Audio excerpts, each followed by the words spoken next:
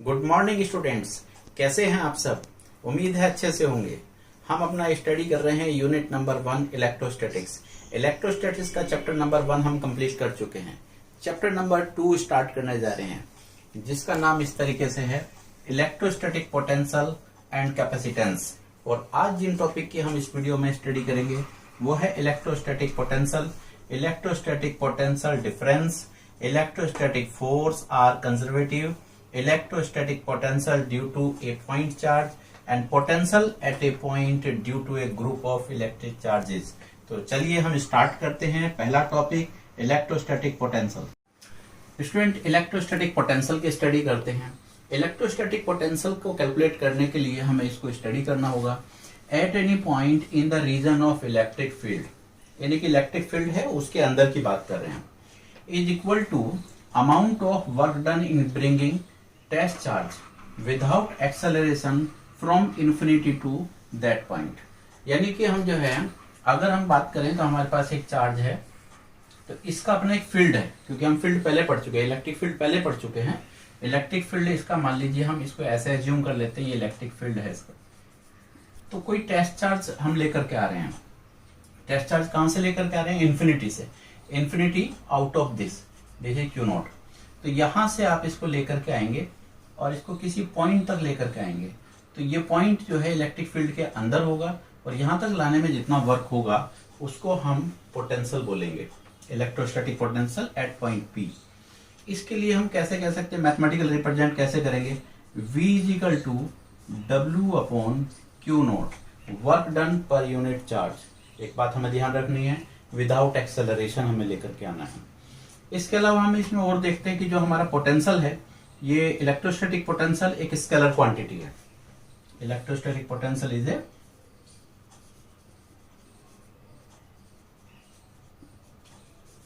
अब बात आती है कि हम इसका एसआई यूनिट कैसे लिखें। एसआई यूनिट को देख लेते हैं। एसआई यूनिट कैसे लिखें हम इलेक्ट्रोस्टैटिक पोटेंशियल की? वर्क का हमारे पास क्या होगा? वर्क का हमारे पास होगा जूल। चार्ज का क्या होगा? कूलाम। तो ये क्या बन जाएगा हमारे पास? ये बन जाएगा जूल कूलाम इनवर्स। और हम क्या लिख सकते हैं? और हम इस तरीके से लिख सकते हैं, वर्क का कैसे होता है? Force into displacement upon charge. तो फोर्स का क्या होता है? न्यूटन। डिस्प्लेसमेंट डिस्टेंस जो होगा वो होगा आपका मीटर, और ये बनेगा आपका कूलाम इनवर्स।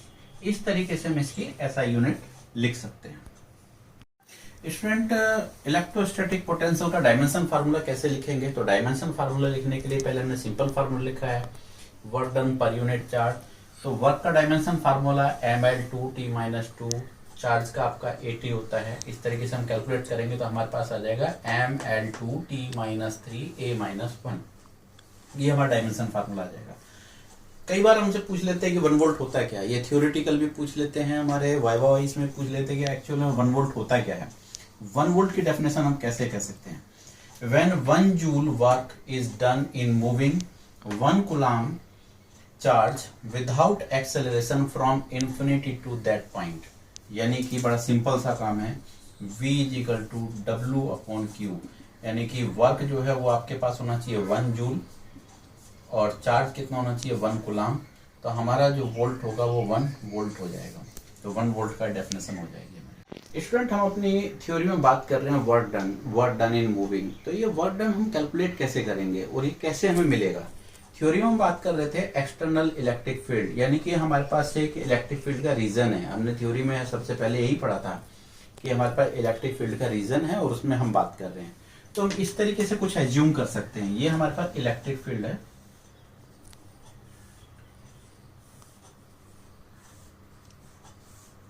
ये हमारा इलेक्ट्रिक फील्ड है, और ये हमारे पास में टेस्ट चार्ज। इस टेस्ट चार्ज को इस इलेक्ट्रिक फील्ड में हम मूव करना चाह रहे हैं।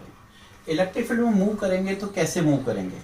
निश्चित रूप से इसके ऊपर मेरे को एक यहाँ पर डेफिनेटली फोर्स लगाना पड़ेगा, उसको हम एक्सटर्नल एजेंसी कहते हैं। यहाँ पर एक्सटर्नल एजेंसी में अपने हाथ को मान सकता हूँ। तो हमने क्या करा, इस चार्ज के ऊपर एक फोर्स लगाया और डिस्प्लेसमेंट किया इधर। तो हमने फोर्स किधर लगाया? फोर्स लगाया है ऐसे, और हमारा ये फोर्स है एक्सटर्नल। तो एक्सटर्नल फोर्स हो गया। और जो भी हमने डिस्प्लेसमेंट किया वो डिस्प्लेसमेंट हमारा हो रहा है, मान लीजिए हम छोटा सा एक डिस्प्लेसमेंट लेते हैं dx, तो ये डिस्प्लेसमेंट है a to b, हम एज्यूम कर लेते हैं a to b हमने मूव किया है, तो हमें वर्क डन चाहिए। तो वर्क डन हम कैसे कहेंगे, dw is equal to f external into dx। अब एफ भी हमारे पास में ये है फोर्स वेक्टर क्वांटिटी है, और ये भी हमारे पास वेक्टर क्वांटिटी है, तो दोनों हमारे पास वेक्टर क्वांटिटी है। जब हम इसको कैलकुलेट करेंगे तो क्या हो जाएगा, F external dx cos theta. अब यहां हम देखते हैं cos थीटा की वैल्यू क्या होगी। फोर्स किधर लगा रहा है, फोर्स हमारे पास है लेफ्ट राइट में, dx किधर है, ये इस डायरेक्शन में। इसका मतलब क्या हो गया, जिधर हम फोर्स लगा रहे हैं उसी डायरेक्शन में हम जो है डिस्प्लेसमेंट कर रहे हैं। मीन थ्योरी के अनुसार हमारा थीटा 0 होगा और हमारा work done F external dx होगा। और हमें यहाँ पे समझ में आएगा कि work done by the external agency हम इसमें कैलकुलेट कर सकते हैं। एक दूसरी चीज देखते हैं, अब हम ये जो वर्क कर रहे हैं ये अगेंस्ट भी हो रहा है।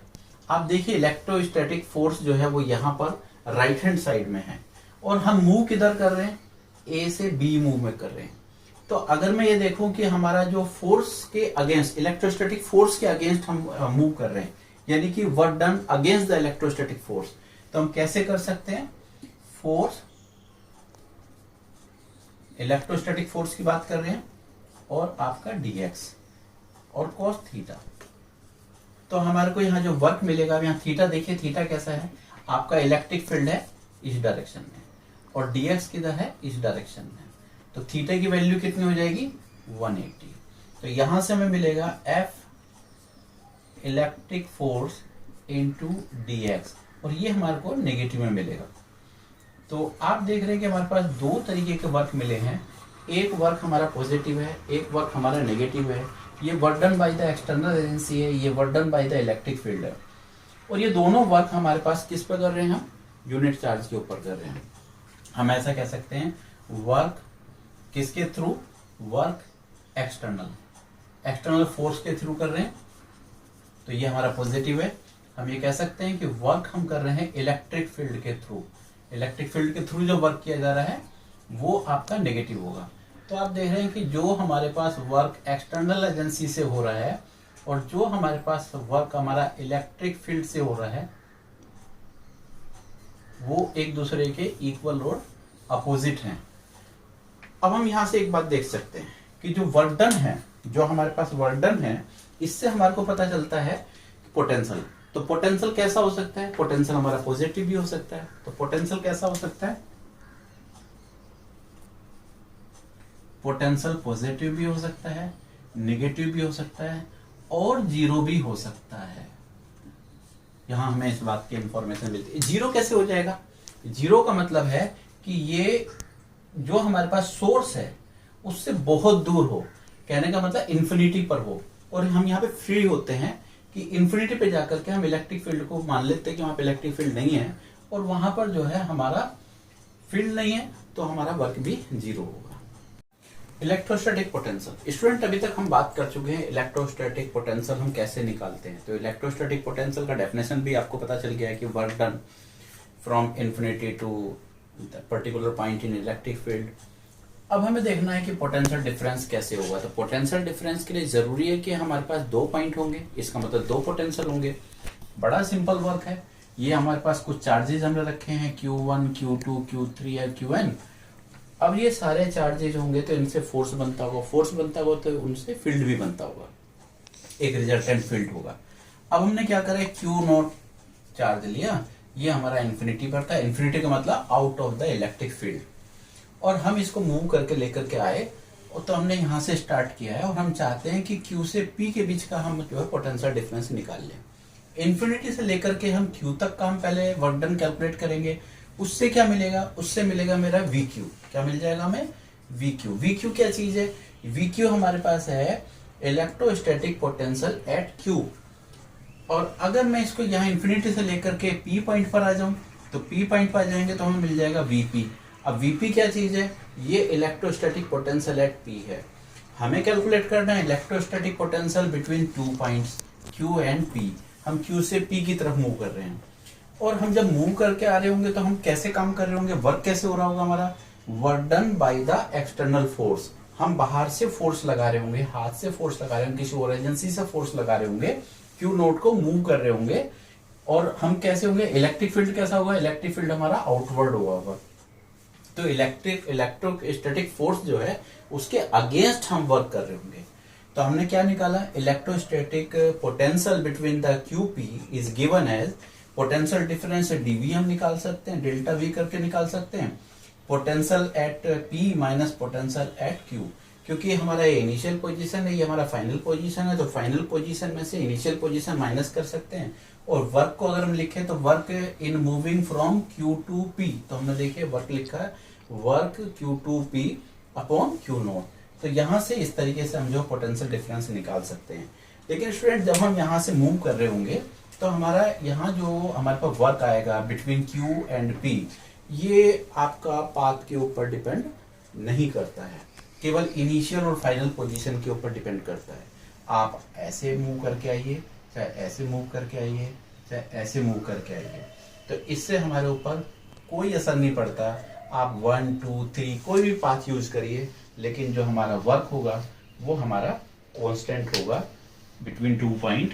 तो work done not depend on path choosing. Student next topic है हमारा इलेक्ट्रोस्टैटिक फोर्स आर कंजर्वेटिव। तो हम ये देख रहे हैं कि इलेक्ट्रोस्टैटिक फोर्स कंजर्वेटिव शो अगर हमें करना है तो करेंगे क्या। तो जो हमारे पास इलेक्ट्रिक फील्ड होता है उसके अंदर अगर हमें क्लोज पाथ को चूज करें तो उसमें वर्क डन हमारा 0 होना चाहिए। तो ये कंजर्वेटिव प्रूव करने के लिए हम क्या प्रूव करेंगे, हम शो करेंगे कि work done in moving the test charge over a closed path in electric field is 0। ये मुझे प्रूव करना है। अब हम ये कैसे प्रूव करें, हमने देखा वर्क डन निकाला, तो वर्क डन बेसिकली क्या होता है, पोटेंशियल डिफरेंस होता है। अभी हम पढ़ रहे थे तो पोटेंशियल डिफरेंस कैसे, work done from A to B along the path number 1। आप ये देख रहे हैं पाथ नंबर 1, तो पाथ नंबर 1 से हमारा ये जाएगा यहां से ऐसे। तो हमने कैसे किया, work A to B upon q naught, और फाइनल पोटेंशियल से इनिशियल पोटेंशियल को माइनस करके हमने लिख लिया। ऐसे हमने निकाला work done from B to A along path number 2। हमने यहां पर भी लिखा, तो वर्क डन कैसे हुआ, बी टू ए, हम बी से ए पर मूव हुए हैं, टेस्ट चार्ज हमारे पास है, हमने क्या करा, फाइनल पोजीशन से इनिशियल पोजीशन को माइनस किया। इस तरह से हमारे पास 2 इक्वेशंस मिल जाएंगी। अब हमें नेट वर्क डन निकालना है इस क्लोज पाथ में। तो हम क्या करें, तो पूरे वर्क को हम ऐड कर लेते हैं। हमने जैसे ही ऐड किया, यहां से हमने इसको ऐड किया, यहां से इसको ऐड किया, ये राइट हैंड साइड है, इन दोनों को ऐड करेंगे तो आप देखेंगे कि हमारे पास क्या होगा, ये सब हमारा जो है कट जाएगा और हमारा वर्क हो गया 0। तो हमें क्या पता चला, no work is done in moving test charge over a closed path in electric field. यानी कि अगर हुआ नहीं है तो इसका मतलब क्या है, जो हमारा इलेक्ट्रोस्टैटिक फोर्स है वो कंजर्वेटिव है। अगर हमारे एग्जाम में आता है तो हमें लिखना है। स्टूडेंट अब हम कैलकुलेट करेंगे electrostatic potential due to a point charge. तो हमारा पॉइंट चार्ज क्या है, पॉइंट चार्ज ये हमारे पास प्लस क्यू है, जो कि यहाँ हमने ओरिजिन पर रखा हुआ है। इसके लिए हमें कैलकुलेट करना है। अब हमने क्या करना, कहां पर कैलकुलेट करना, पी पॉइंट पर कैलकुलेट करना है। पी पॉइंट हमारा ओरिजिन से आर डिस्टेंस पर है। हम चार्ज को लेकर कहां से आएंगे, चार्ज को हम लेकर आते इन्फिनिटी से, क्योंकि मेरे को निकालना पोटेंशियल, और पोटेंशियल की डेफिनेशन हमने पढ़ी थी कि work done in bringing the test charge from infinity to a point. तो इन्फिनिटी टू ए पॉइंट, यहाँ वर्क डन मेरे को कैलकुलेट करना पड़ेगा। इन्फिनिटी मैंने यहाँ पर लिया हुआ है, तो इलेक्ट्रिक फील्ड देख रहे हैं कि पॉजिटिव है, तो इसका राइट हैंड साइड में रहा होगा। और जब हम इसको मूव कर रहे थे इन्फिनिटी से पी पॉइंट तक, तो हमने बीच में एक जगह देखा कि जब इसको इंटरमीडिएट कंडीशन में हमने देखा कि ए टू बी एक छोटा सा डिस्प्लेसमेंट हमने कंसीडर किया, जो कि dx है।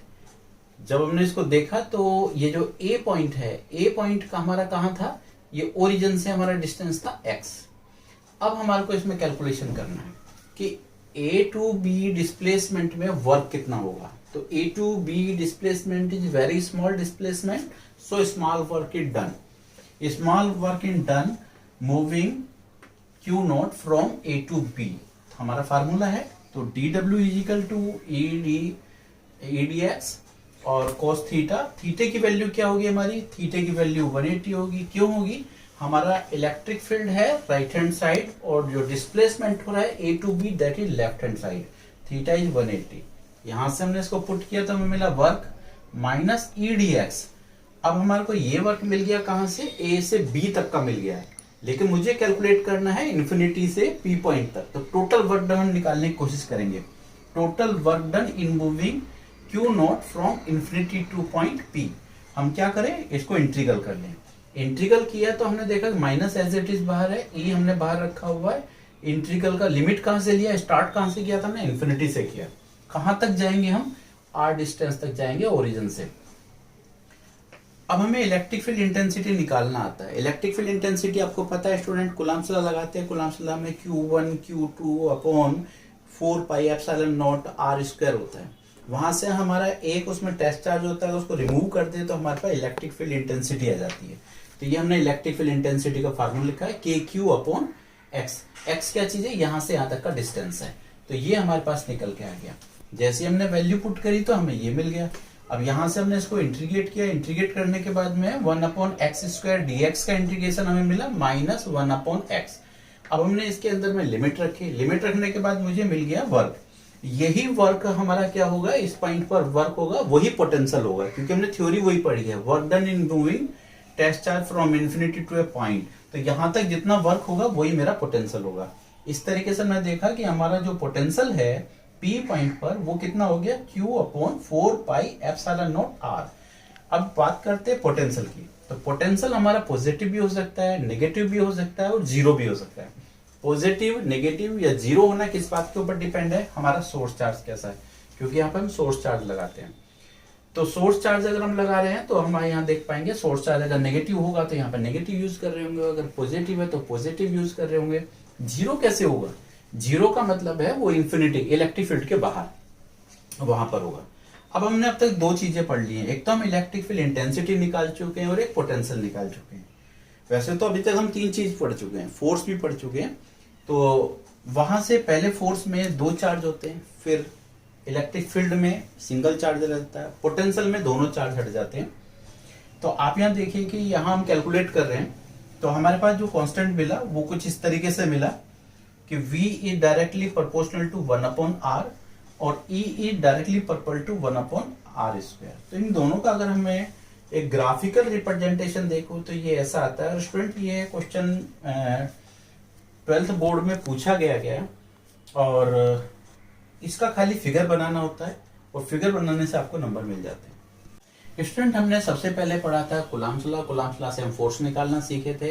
यहाँ पर हमारा होता था K Q1 Q2 upon R square. हमने यहाँ क्या किया है, Q1 Q not R square लगाया 1 अपॉन 4 पाई एप्सिलॉन नॉट। ये हमारा फोर्स निकालने का मेथड है। इलेक्ट्रिक फील्ड इंटेंसिटी निकालते थे तो इलेक्ट्रिक फील्ड इंटेंसिटी कैसे निकालते थे, E is equal to F upon Q naught, यानी कि Q नॉट से डिवाइड कर दें। तो अगर मैं इस फार्मूले में से Q नॉट को डिवाइड कर दूं तो मेरे पास बचेगा 1 upon 4 pi epsilon not R square और Q1, Q जो भी हमने रखा हुआ है वो रह जाएगा। अब हम बात कर रहे हैं पोटेंशियल की। पोटेंशियल में क्या है, पोटेंशियल के फार्मूले में है Q upon 4 pi epsilon not R। तो स्टूडेंट देखिए चेंज देखिए, यहाँ पर दो चार्ज थे, यहाँ सिंगल चार्ज है, यहाँ सिंगल चार्ज है, यहाँ पे पावर है, यहाँ पावर है, यहाँ सिंगल पावर है, ये याद रखिएगा। स्टूडेंट हम स्टार्ट करेंगे potential at a point due to group of charge. अभी हम बात कर रहे थे सिंगल चार्ज से पोटेंशियल कैसे निकालते हैं, लेकिन अगर बहुत सारे चार्ज हों तो किसी पॉइंट के ऊपर पोटेंशियल कैसे निकालेंगे, उसके लिए हमने यहाँ पर सोचा है कैसे। ये P पॉइंट है जहां मुझे पोटेंशियल कैलकुलेट करना है और ये मेरे डिफरेंट चार्जेज हैं, Q1 Q2 Q3 Q4 और सभी का डिफरेंट डिस्टेंस है। ये Q1 हमारा R1 डिस्टेंस पर है, Q2 हमारा P से R2 डिस्टेंस पर है, Q3 R3 पर है और इसी तरीके से Qn हमारा Rn से डिस्टेंस पर है। अब हमें जो है पोटेंशियल निकालने का फार्मूला बहुत अच्छे से आता है student, V is equal to KQ upon R। तो अभी इसी का हम फायदा निकालेंगे और इसी फार्मूले को हम यूज करेंगे potential at a point due to Q1। तो Q1 का हम निकालने की कोशिश कर रहे हैं तो हमारा फार्मूला है 1 upon 4 pi epsilon not Q1 R1। ये हो गया। इसी तरीके से हम सबका निकाल सकते हैं, क्योंकि मेरे को पोटेंशियल निकालने के लिए दो ही चीज की जरूरत है, चार्ज और डिस्टेंस। तो हमने चार्ज और डिस्टेंस, चार्ज और डिस्टेंस, चार्ज और डिस्टेंस लगा के हमने निकाल लिया। अब ये सब हमारे पास में पोटेंशियल निकाल जाएंगे। सभी पोटेंशियल को हम ऐड कर सकते हैं सुपरपोजिशन लगा करके।